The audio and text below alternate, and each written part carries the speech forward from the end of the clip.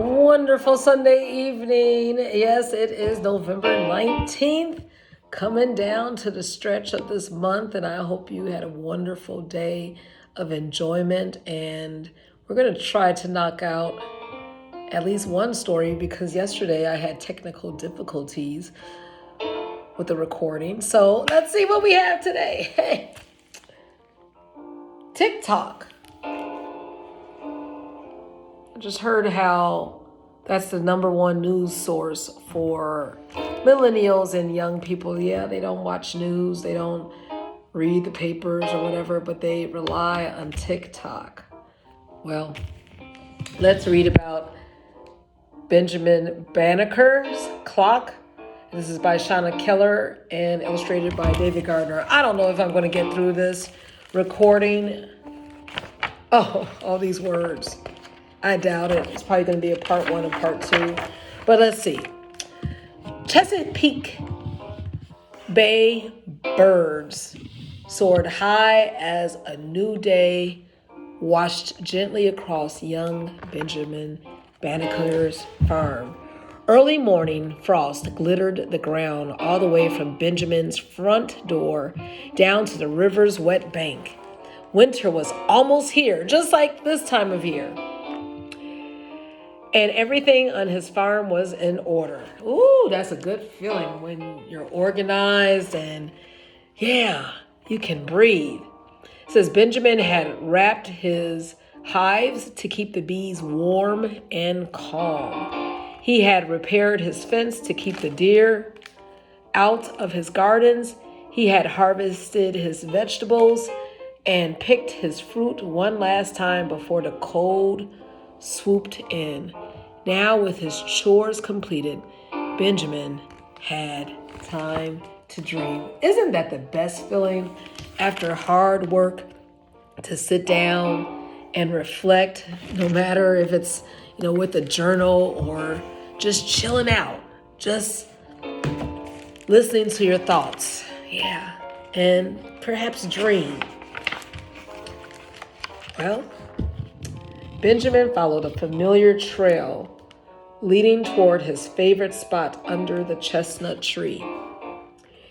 For entertainment, Benjamin had taught himself how to play the violin. I didn't know that. Just a genius on the strings. He had also taught himself how to play the flute. What? On hot summer days, the tree shaded him while he played his instruments, blending his soft music with the bird songs. This reminds me of Beethoven, Ludwig van Beethoven. A lot of pictures that you see him, as far as his portrait, he always has a furrowed brow, like he's angry. Well, we know Ludwig van Beethoven was supposedly abused by his father. He would pull him out the bed at night to practice the piano and I think the violin. And he would sometimes beat his knuckles or beat him if he would make a mistake. But as Beethoven became older, he would take walks in nature, in the country, and he would rely on the weather, the climate, the atmosphere to speak to him.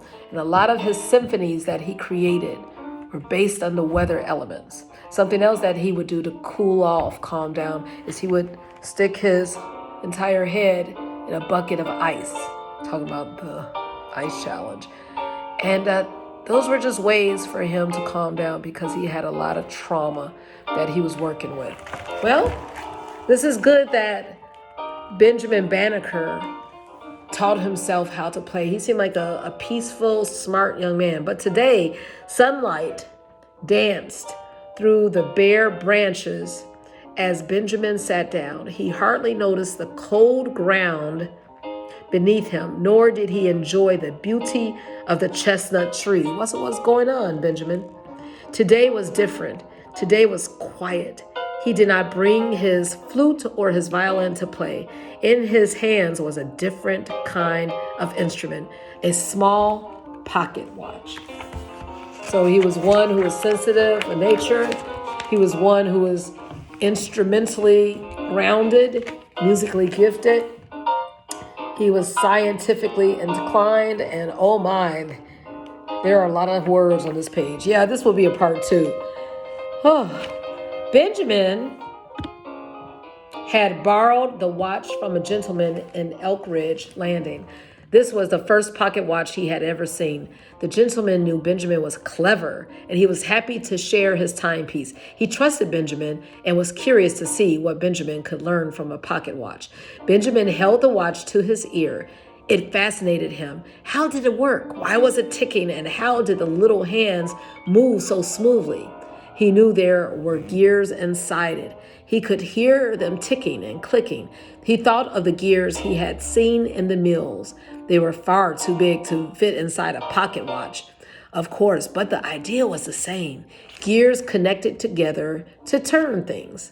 He just didn't know how they fit exactly. Benjamin wanted to find out. It's nothing like a curious learner. Yeah, genius is within all of us. Yeah, we want to find out the answers to questions. Knowing he had permission from its owner, Benjamin carefully took the case backing off the watch. Inside, he discovered a world of wonderful whirls. There were gears of all shapes and sizes. Such a tiny maze. Benjamin took his time to study the miniature machine. This was a challenge, and he loved challenges. The timepiece was fascinating, but it was small. Too small to sit on a mantle or hang from a wall. Benjamin knew what he wanted to do. He wanted to make a clock much bigger than the watch, one that chimed. Listen now. It was called a striking clock. But how? It stood to reason. If he wanted a bigger clock, he would need bigger clock parts. But first, he would need a diagram, a picture to explain how the pieces fit together. You see this? When you leave someone to themselves as far as being able to figure out how things work, this is the natural engineer. So many of our children are like that. They like to take things apart and tinker with their hands. They can figure out a lot, and they want to do it on their own.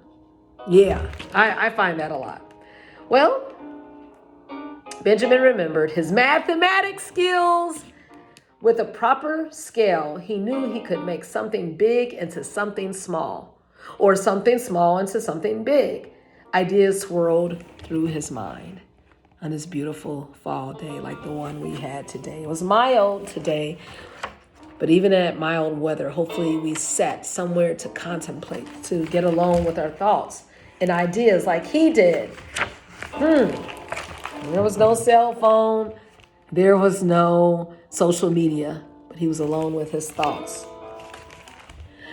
As winter rolled in and only the Blue Jays and Cardinals remained, Benjamin carefully took the watch apart piece by piece. In his cabin, he drew many diagrams and needed for 2 reasons. The first was to make sure he would remember how to put the watch back together again. The second was to draw a bigger picture or scale from the original so that he could make a bigger clock. Benjamin finally finished studying the tiny pieces. He gently put the pocket watch back together so he could return it. Then he spent the rest of the winter working on his sketches. He reminds me of George Washington Carver, how he spent so much time in his laboratory, experimenting with so many uses of the peanut. We only think about, peanut butter, but soap, shampoo, so many uses, over 100 different uses. And he never married. He taught at Tuskegee. He was a very spiritual man, and he was a musician and artist too. How ironic. That's funny. So it looks like, will there be 3 parts here? Because we're already past the 9-minute mark. So I think we're going to stop here and do a part 2, and hopefully we can knock it out with that. But that's wonderful. So let's think about what we're good at. Let's take some time to contemplate, imagine, create, innovate, and all the places we will take those inventions and those ideas too. Okay, I'll see you on the other side of part 2.